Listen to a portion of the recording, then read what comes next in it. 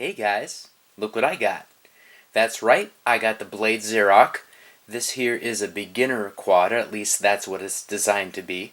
Now it's got some other functionality that makes it interesting to folks who aren't beginners anymore, like me. So let's quit talking, let's open up the box and let's see what's going on inside. So here is what it looks like in the first layer of the box. As you can see, we've got our owner's manual right there. And if you look down below, we've got a handle for the box.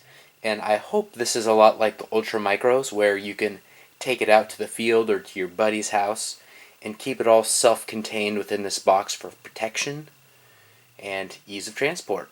So let's take off the foam and see if that's actually a possibility.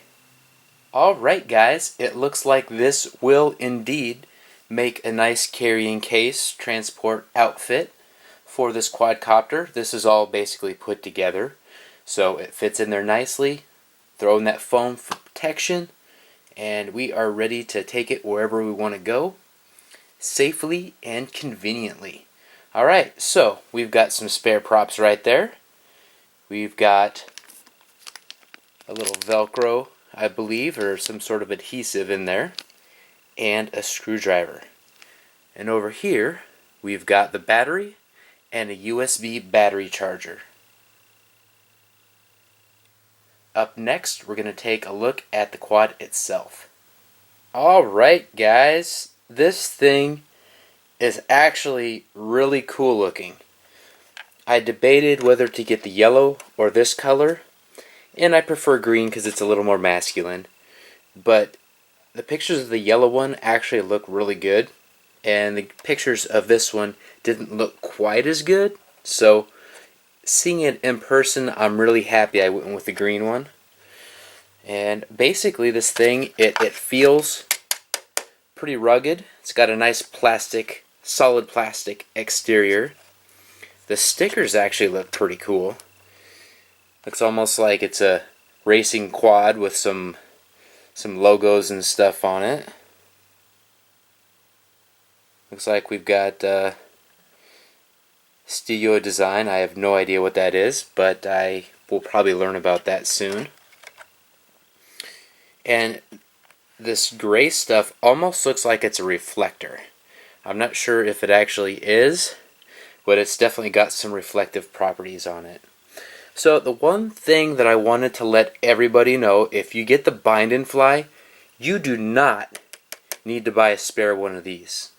I mistakenly did that. You do not. So if I crash this and break this, I'm actually not going to be too disappointed because I bought a spare. So that is that. We've got some really cool looking lights there. Those look like they'll probably be pretty bright.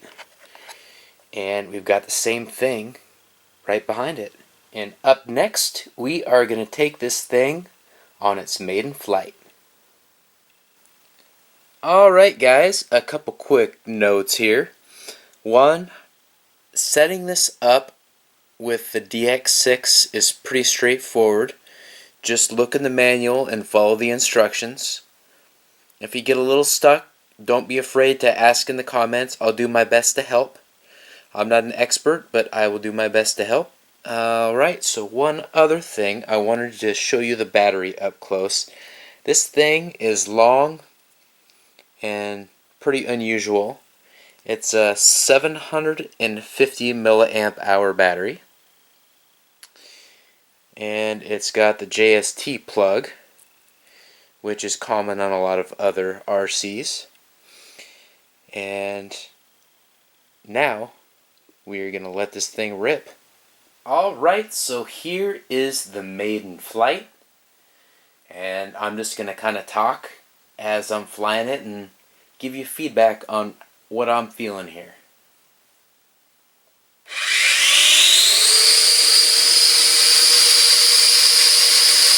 Alright, so it is nice and stable. Although I see it vibrating a little bit. But it feels nice and stable overall. I've got some dual rates on this, so this is dumbed down a bit.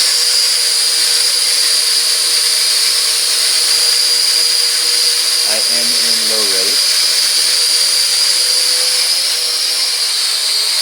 Even in low rates, it definitely seems like it's got something going on.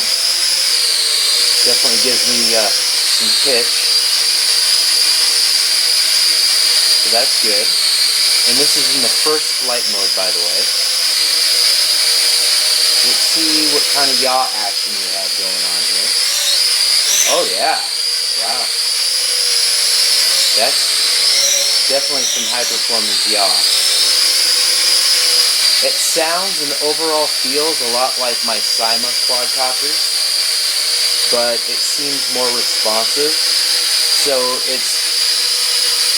well, it doesn't seem totally hobby grade, because obviously the brushed motors are really loud.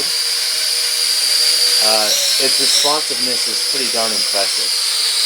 It's kind of like my Andromeda Vista, only a little bit more stable. Indoors anyway. Outdoors, I can't wait to fly this outdoors. There's a big windstorm going on outside right now, so can't really fly it outside, but yeah, and this is just in the first flight mode, guys. Look at that. That's some responsiveness.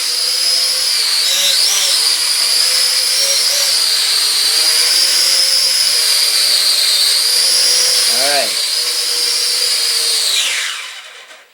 And that is our maiden flight. Now I'm going to switch to our flight mode 2. Second flight mode, which this only has 2 flight modes, at least that's what it seems like from the owner's manual. So let's see if I can keep this under control in here. Holy crap. I'm barely touching it, and look at that pitch. Wow. Yeah, this is definitely going to be a character outdoors. Yeah, it doesn't seem like there's automatic stabilization going on. At least not quite like on the first flight mode. Oh yeah, this thing is going to be quick. I'm almost scared to test the yaw in here because this is a really small space. But what the hell? Yeah, I like it. I like it.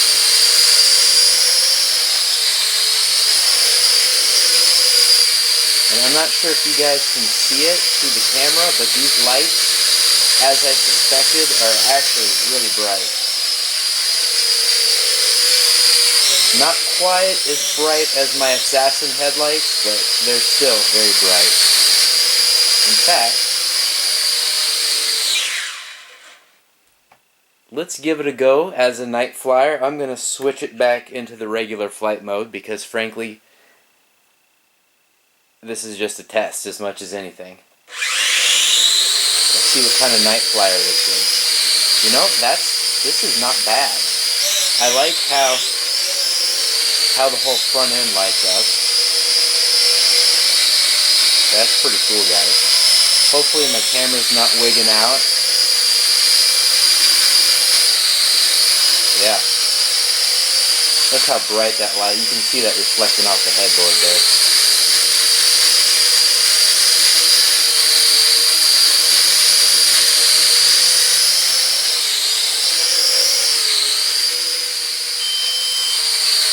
Alright, well I gotta land it. And my conclusion is this thing will absolutely make a nice night flyer, whether it's outside or inside. I really like the lights on this thing. That is a big, big pro. Alright guys, I'm going to do a quick test with one of my Nano-Tech batteries, which happens to have the same kind of plug. And it is a 600, it's not a 750. I'm curious to see how the CG works with this and see how long the flights last.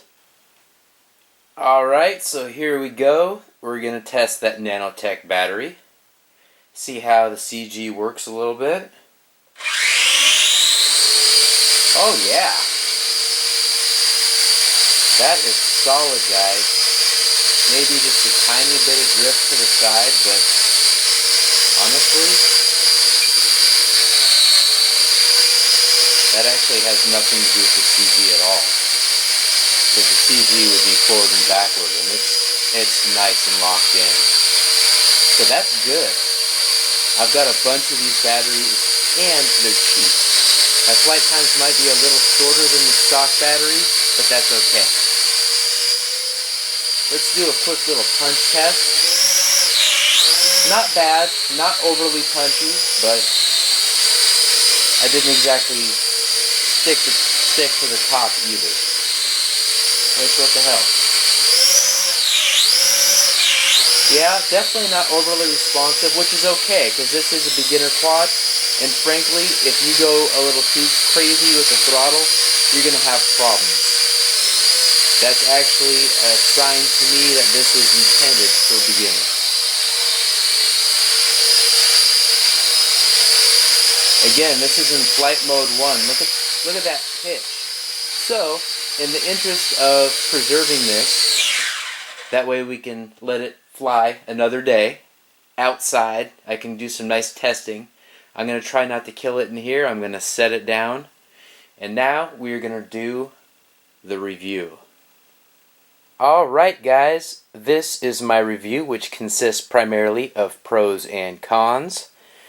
And we're going to start with the pros. This thing, as you can see, looks really cool.